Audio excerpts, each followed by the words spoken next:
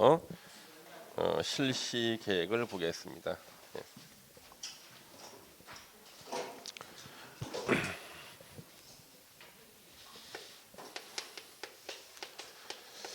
요 실시 계획은 시험에 나오는 지문이 딱 정해져 있어요. 실시 계획이요. 첫 번째가 우리 실시 계획은 누가 작성하는가? 작성자는 시행자가 작성을 하죠. 시행자가. 그 다음에 실시 계획에 대해서 인가를 내주는 인가권자는 누군가? 지정권자. 그러니까 도시개발구역을 지정한 바로 그자가 실시 계획에 대한 인가를 내주고요.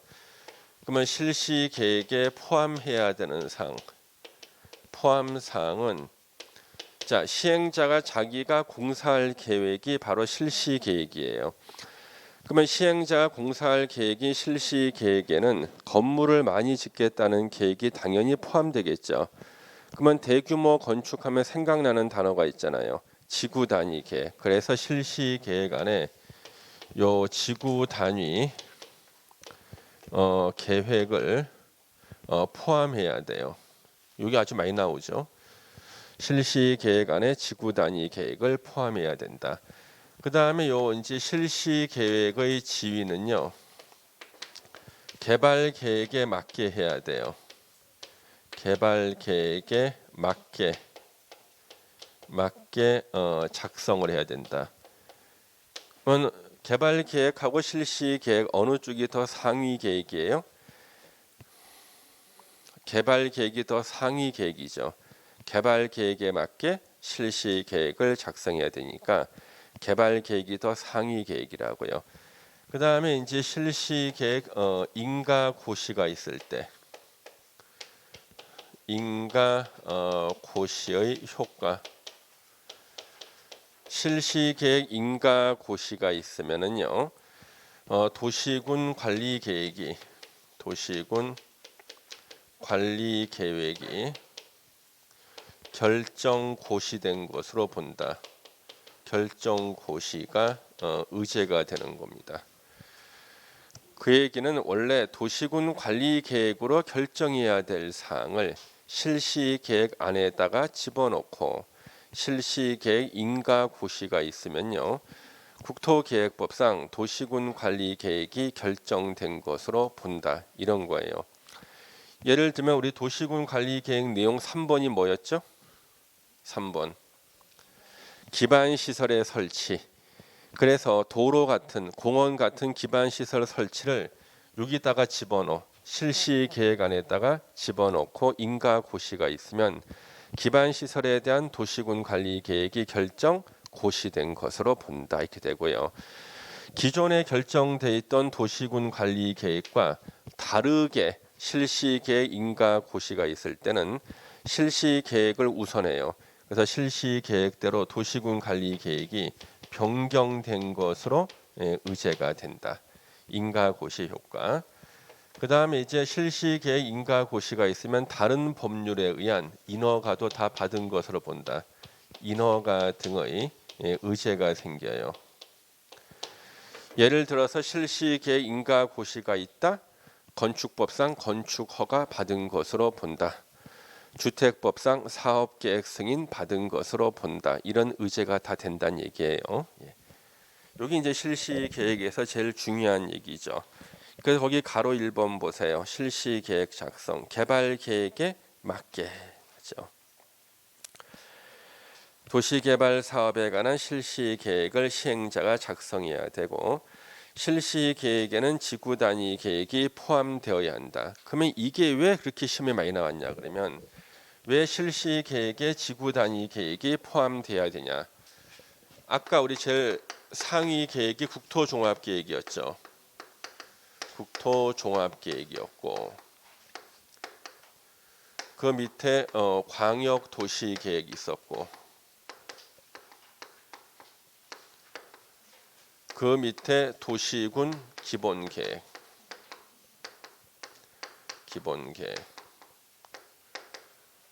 요 밑에 도시군 관리계획이 있었고요. 아까 우리 도시군 관리 계획 내용 4번이 뭐라 그랬죠? 도시 개발 사업, 정비 사업에 관한 계획이었죠. 그러면 도시 개발 사업에 관한 계획을 줄여서 뭐라 그래요? 개발 계획. 개발 계획이고요. 그다음에 도시군 관리 계획 내용 5번이 뭐였어요? 지구 단위 계획이었죠. 단위 계획이었어요. 그러면 개발 계획보다 하위 계획이 지금 뭐예요? 실시 계획이죠. 그러면 실시 계획과 지구 단위 계획 어느 쪽이 더 상위 계획이야? 지구 단위 더 상위 계획이야. 세상에 하위 계획이 상위 계획을 포함하라는 게 이게 말이 되겠어요? 그렇잖아요. 그런데 실제로 도시개발 사업할 때 가장 밀접한 계획이 실시 계획이거든. 근데 만약에 이런 규정이 없으면 지구 단위 계획 따로 수립하고 실시 계획 작성을 따로 해야 되는 이중으로 해야 돼. 그래서 가장 밀접한 계획인 실시 계획 안에다가 비록 실시 계획보다 상위 계획인 지구 단위 계획을 포함하라는 거예요. 그래서 행정 계획의 상하 관계에 정반대로 나오기 때문에 시험에 내는 거예요. 그래서 교수님들이 문제 낼 때 아마도 지구 단위 계획이 더 상위 계획인데 지구 단위 계획 안에다가 실시 계획 포함하라고 이렇게 법이 돼 있는 줄 알 거야.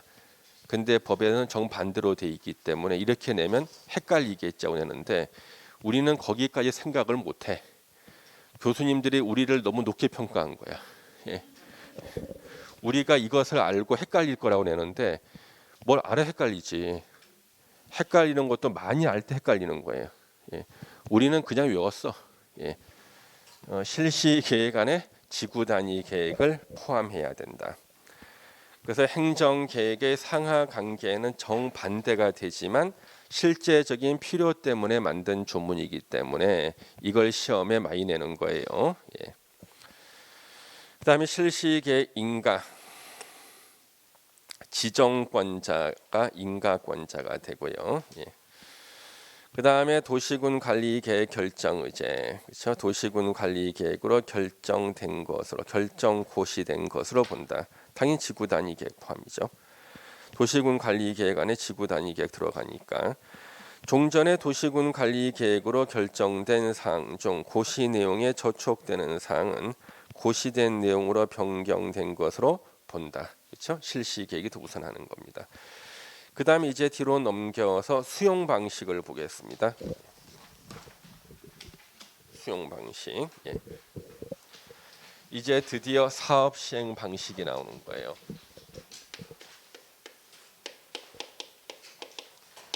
사업 시행 방식. 그리고 사업 시행 방식에서 사업 시행 방식이 여기 구분이 나오잖아요. 거기 보면 그 박스가 도시개발 사업 시행 방식에 나왔습니다. 그래서 언제 환지 방식 쓰고 언제 수용 방식, 언제 혼용 방식인가? 이게 단독 문제로는 시험에 4문제가 있어요. 기출 문제로 4개가 있고요. 지문에 나올 수도 있으니까 정리를 해야 됩니다. 자, 환지 방식은 언제 쓰는가? 동그라미 2번이 주로 나왔어요. 도시개발 사업 시행하는 지역의 지가가 땅값이죠. 인근의 다른 지역에 비해서 현저히 높아 수용 또는 사용 방식으로 시행하는 것이 어려운 경우 요때 환지 방식으로 시행한다. 환지 방식은요. 수용 보상금이라는 개념이 없거든요.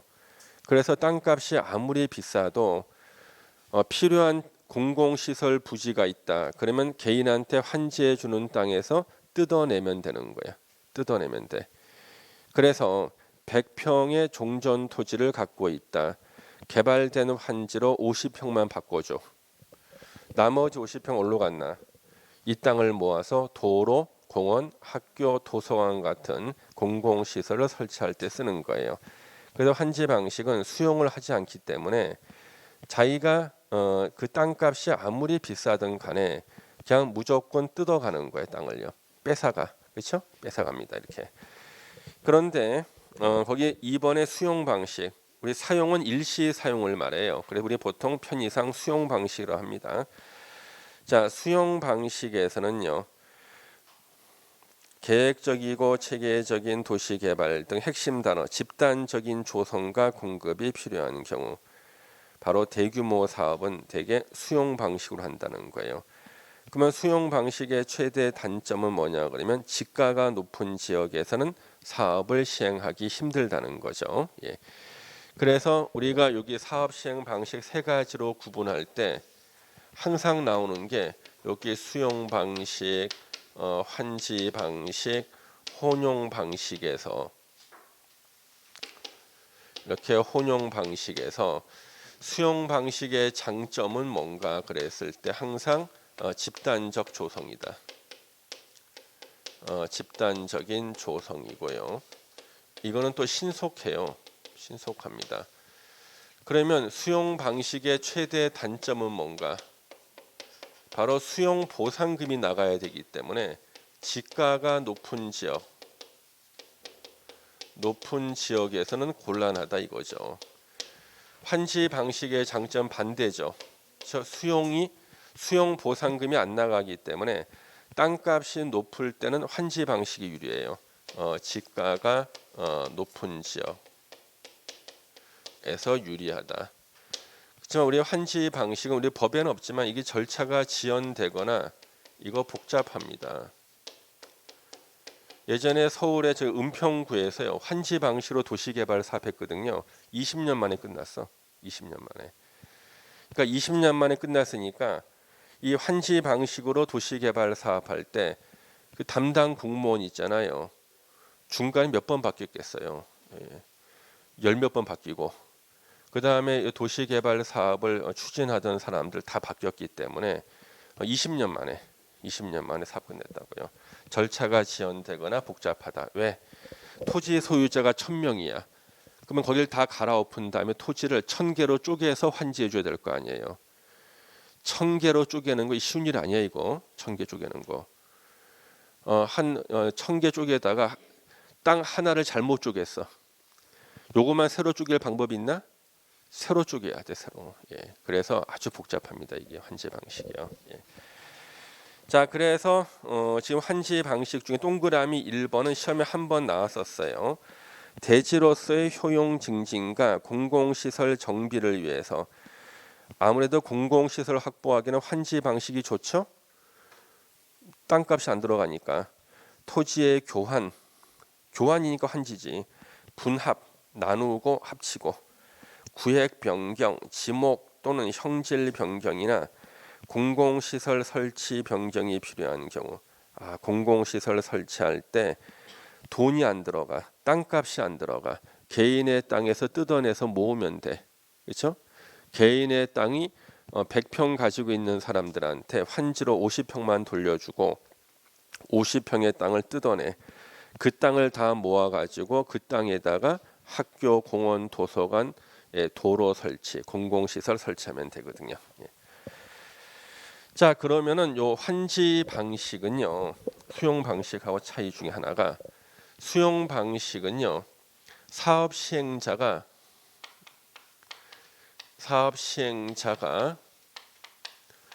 소유권을 취득해서 하는 거예요.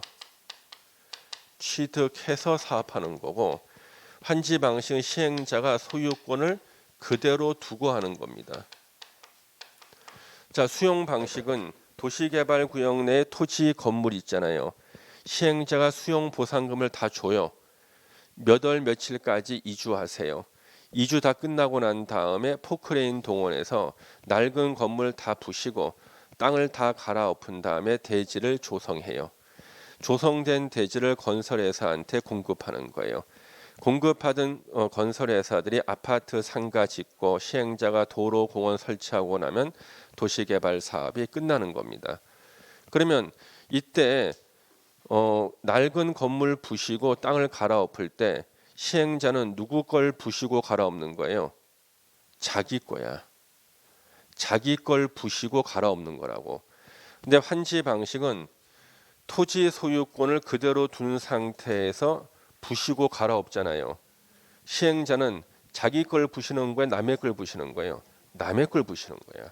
남의 거 부시는 게 절차가 복잡한 거예요. 남의 걸 부시는 게. 예. 우리나라 법도 우리 그 방화죄 있잖아요.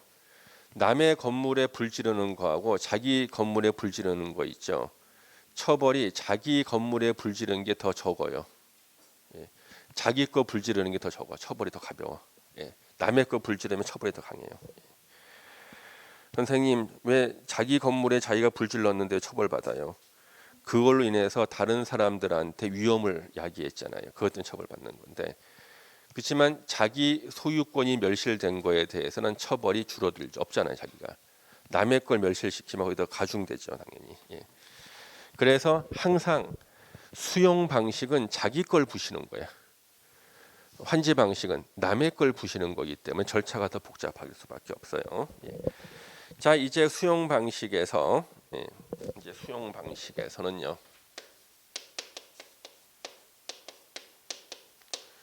방식에서 첫 번째 나오는 게 여기 수용권, 시행자의 수용권이 나옵니다.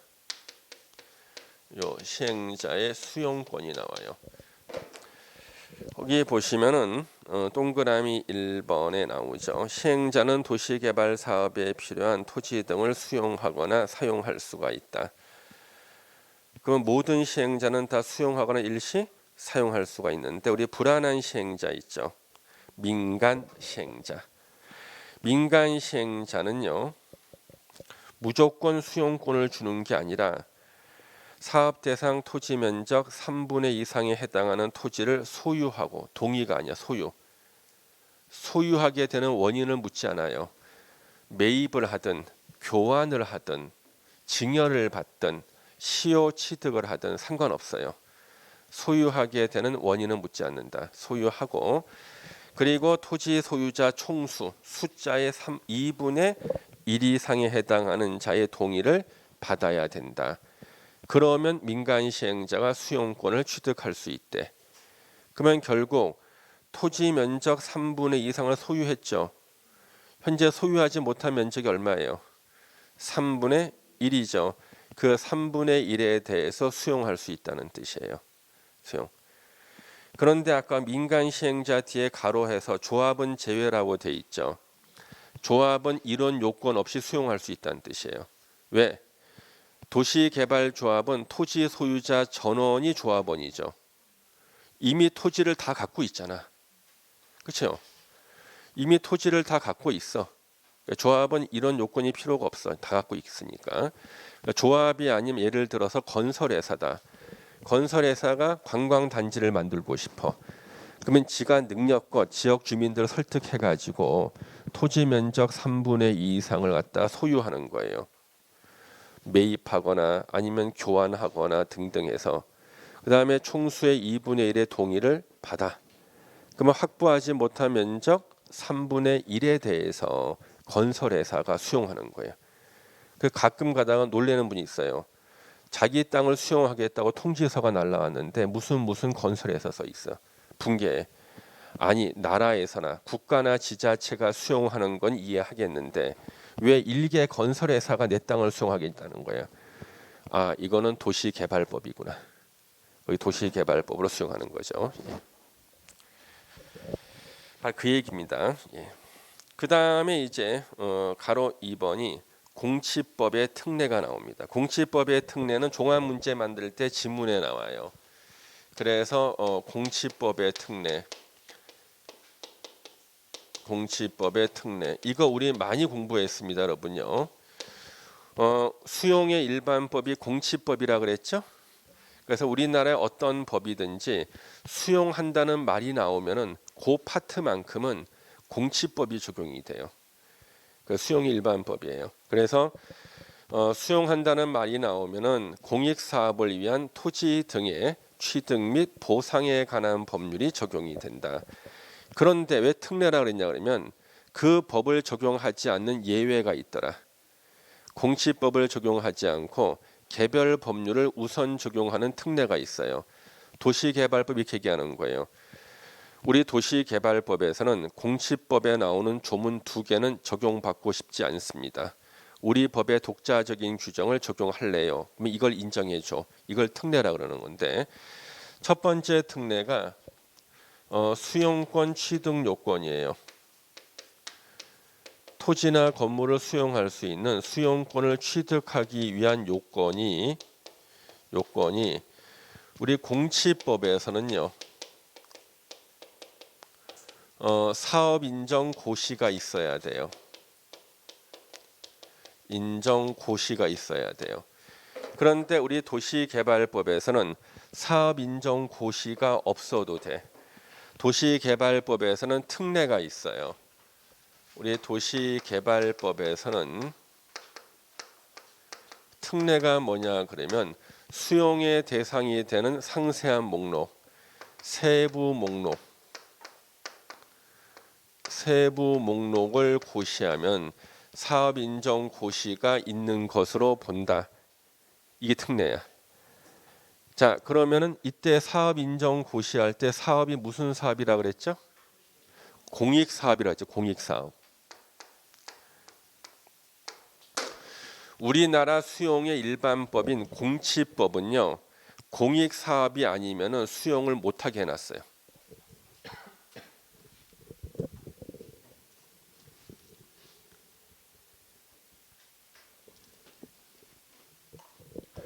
우리나라 수용의 일반법인 공치법은요.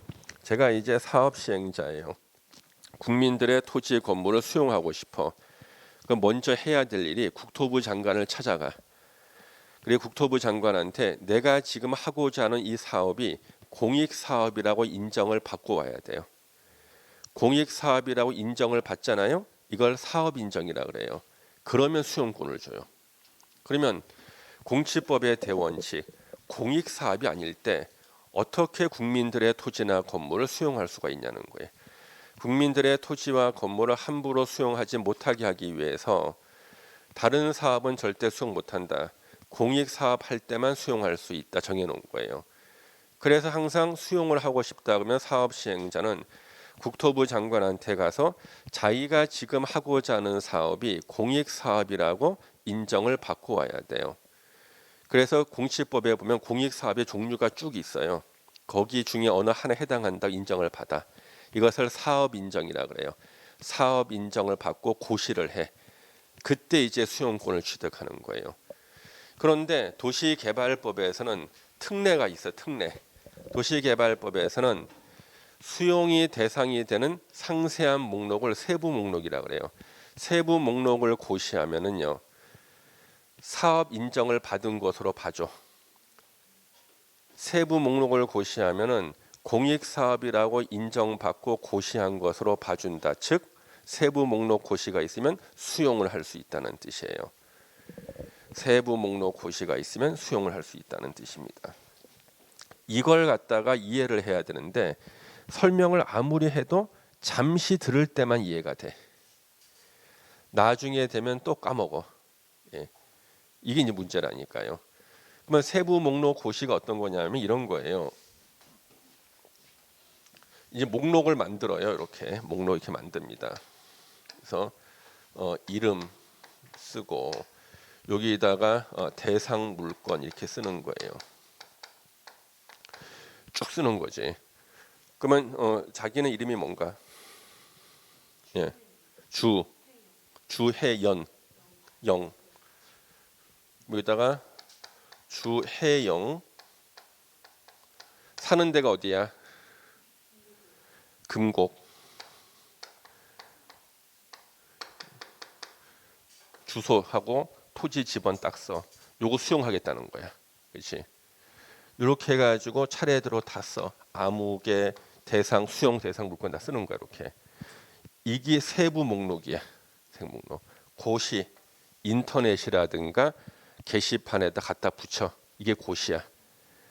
그러면은 이거 다 수용할 수 있대. 세상에 종이에다가 그 성명하고 그 사람의 토지 건물 지번 있잖아요. 대상 물건만 써서 이것을 갖다 인터넷 홈페이지에 고시를 하면은 공익 사업이라고 인정받아서 수용할 수 있다는 거예요. 쓰기만 하면은 다 수용할 수 있어. 야, 쓰기만 하면 쓴 대로 이루어져. 데스노트. 예? 쓴 대로 세부 목록 고시. 수용의 대상이 되는 물건을 다 써가지고 상세한 목록을 써서 인터넷 홈페이지에 고시했다. 그러면 고시한 그것들을 다 수용할 수 있대. 세부 목록 고시가 있으면 사업 인정 고시가 있는 것으로 본다. 즉 수용권을 행사할 수 있다. 그럼 여기서 물어볼게요. 자, 그러면 수용의 요건이 공치법하고 도시개발법 어느 쪽이 더 쉬워요? 도시개발법이 더 쉽다. 같은 말로 수용의 요건이 도시개발법이 더 완화돼 있다. 이걸 이해하셔야 돼. 그래서 도시개발법은 공익사업이 아니라도 수용할 수가 있어. 같은 말이죠. 그래서 관광단지를 만드는 게, 건설회사가 관광단지 만드는 게 공익사업이야? 아니잖아요. 그래도 수용할 수 있잖아. 왜? 공익사업이 아니라 수용할 수 있어. 세부 목록 고시만 있으면 사업 인정 고시가 있는 것으로 본다. 그러면 우리가 국토계획법에서도요, 공치법의 특례가 하나 있었지. 혹시 기억나십니까? 국토계획법에서 공치법의 특례는 도시군 계획 시설 사업에서 나왔어. 기억나십니까? 실시계획 고시가 있으면 사업 인정 고시가 있는 것으로 본다. 있었죠? 도시개발법에서는 뭐야? 세부 목록 고시가 있으면 사업 인정 고시가 있는 것으로 본다는데, 자 이제 함정을 만들어. 도시개발법도 실시계획 나오지. 도시개발법상 실시계획 고시가 있으면 사업 인정 고시 있는 것으로 본다. X야. 이거는 국토계획법에서 실시계획 고시가 있으면 사업 인정 고시가 있는 것으로 본다. 도시개발법에서는 실시계획 고시가 아니라 뭐예요? 세부 목록 고시가 있으면 사업 인정 고시가 있는 것으로 본답니다. 이제 들을 때 순간적으로 이해가 돼. 기억도 되는데 어차피 내일이면 또 까먹어. 걱정할 필요 없어. 앞으로 20번 더 반복해. 시험 보러 갈 때까지. 예. 왜냐면 시험 워낙 자주 나오는 이유가 워낙 많이 쓰여서 그래요. 많이 써요. 많이. 예. 그 다음에 또 한 가지의 특례가요. 재결 신청 기간이에요. 여기서 재결은요. 제자가 재판할 때 제자를 써요. 재판할 때 제자를 써. 다시 결정하는 게 재결이 아니라 법원에서 하는 것을 재판, 행정기관이 하는 것을 재결이라 그래. 그래서 우리는 수용보상금은요. 수용당하는 사람하고 수용하는 시행자가 협의로 정하는 게 원칙이야. 협의로 정한다고 해 서로 마주보고 하는 게 협의가 아니에요. 교수님, 저도 수용당해 봤는데요. 저 협의를 한 적이 없는데요. 혹시 집으로 통지서가 날라오지 않았습니까? 당신의 땅을 1억에 수용하겠습니다. 이 통지서를 받고 가만히 있으면 협의가 성립되는 거예요. 그래서 시행자하고 자기가 이렇게 마주보고 앉아가지고 협의하는 게 그 협의가 아니야. 법적인 협의는 통지서 보내. 당신의 땅을 1억에 수용하겠습니다. 통지서 받고 이의 신청 기간 동안에 이의 신청하고 가만히 있으면 협의가 성립되는 거예요. 그럼 1억 받게 되는 거예요. 그런데 무슨 소리야? 내 땅은 2억짜리인데 이의 신청하잖아요. 이게 협의가 성립 안 되는 거예요. 협의가 성립이 안 됐을 때는 수용 보상금을 이제 정해야 돼요. 수용 보상금을 정해 달라고 하는 것이 재결 신청이라 그래. 이거는 토지 수용위원회다 해요. 관할 토지 수용위원회다가 적절한 수용 보상금을 정해 주십시오 하는 것을 재결 신청이라 그러는데, 재결 신청은요. 수용 당하는 사람은 못해. 수용하는 시행자만 할 수가 있어요. 그래서 요 재결 신청을 해야 되는, 의무적으로 해야 되는 기간이 공치법에는 1년 내라고 돼 있어요. 1년 해야 된다. 그런데 우리 도시개발법에서는 1년 내가 아니라 사업 시행 기간 종료일로 돼 있어요. 이게 아니라 우리는 도시개발법은 사업 시행 기간 종료일 그러는 거예요. 자, 공치법에 따라 내가 수용을 당해요. 1억을 제시했어요. 나 거절했습니다. 2억 주세요. 협의가 안 됐죠. 그러면 사업 시행자가 토지 수용위원회에다가 1년 안에 무조건 재결 신청해야 돼. 1년 안에 협의가 안 됐습니다. 적절한 보상금을 정해 주십시오. 이걸 1년 안에 해야 되는 거예요. 그러면 협의가 안 된 다음 날 할까 아니면 1년 되는 마지막 날 할까? 시행자가 마지막 날 한다고. 그러면 재결은요 14일 내에 결정해야 돼. 재결은 14일 내. 그러면 재결이 이루어져야지만 보상금이 확정됐죠. 확정된 걸 받게 되는 거야. 그러면 결국 1년 14일 후에 확정된 보상금을 받게 되는데 금액은 1억에서 2억 사이야. 최악의 경우는 1억이고, 그렇죠? 그러면 내가 손해 보는 것은 똑같이 1억이지만 1년 14일 후에 받는다는 것을 각오를 하고 한번 이의 신청할 만도 해. 협의 응해주지 않을 수도 있어. 근데 최고는 2억을 받는 거겠지. 1년 14일 후에 2억 받는 거지. 이 최고 좋은 일이죠. 예. 근데 문제는 도시개발법은 사업 시행 기간 종료일까지 재결 신청을 하면 돼. 이 도시개발 사업이 10년 걸리는 사업이래. 10년 되는 마지막 날 재결 신청을 하면 14일 내 10년 14일 후에 이제 재결이 이루어져서 보상금이 확정됐는데 최악의 상황이 됐어. 그대로 1억이야. 에이고 그냥 주는 대로 받을 걸 괜히 이의 신청했다가 10년 14일 후에 똑같이 1억 받게 되네. 이게 무서워서 사람들이 이의 신청을 못 하는 거예요. 예. 그 결국은 뭐야 이거는요. 주는 대로 받으라는 규정이에요. 주는 대로. 예. 그래서 이 규정을 갖다 본 사람들 중에서 법학을 공부하는 사람은 야 이거 세상에 이런 규정이 어디 있어. 주는 대로 받으라는 거 아니야. 붕괴하는데 여러분들은 붕괴를 안 하지. 무슨 말인지 모르니까. 예. 그래서 사업 시행 기간 종료일까지 재결 신청하여야 한다.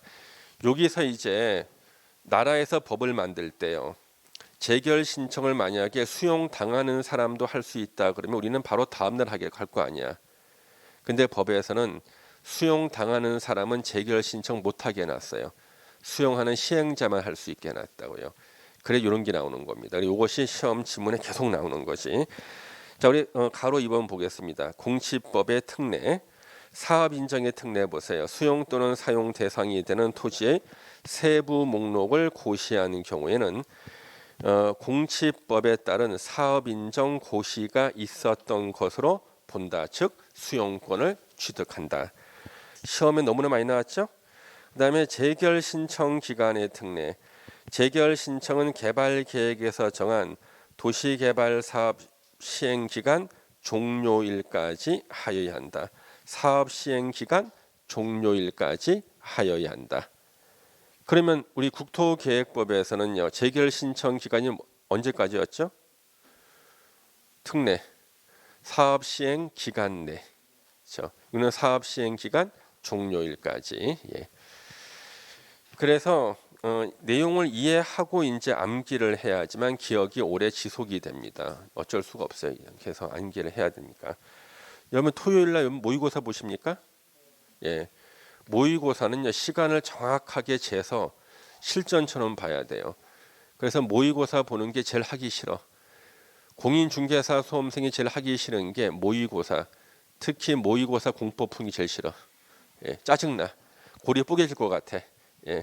근데 이것을 갖다 계속 극복을 해야 돼요. 그래야지만 여러분들이 시험장에 가서 웃고 올 수가 있어. 그래서 제일 하기 싫은 게 모의고사 보는 거고, 모의고사 보는 시간에 밀린 진도나 나가겠다. 밀린 진도 나가서 맞추는 문제보다 모의고사 봐서 시험장에서 맞추는 문제가 훨씬 더 많아요. 그러니까 모의고사는 꼭 응시하십시오.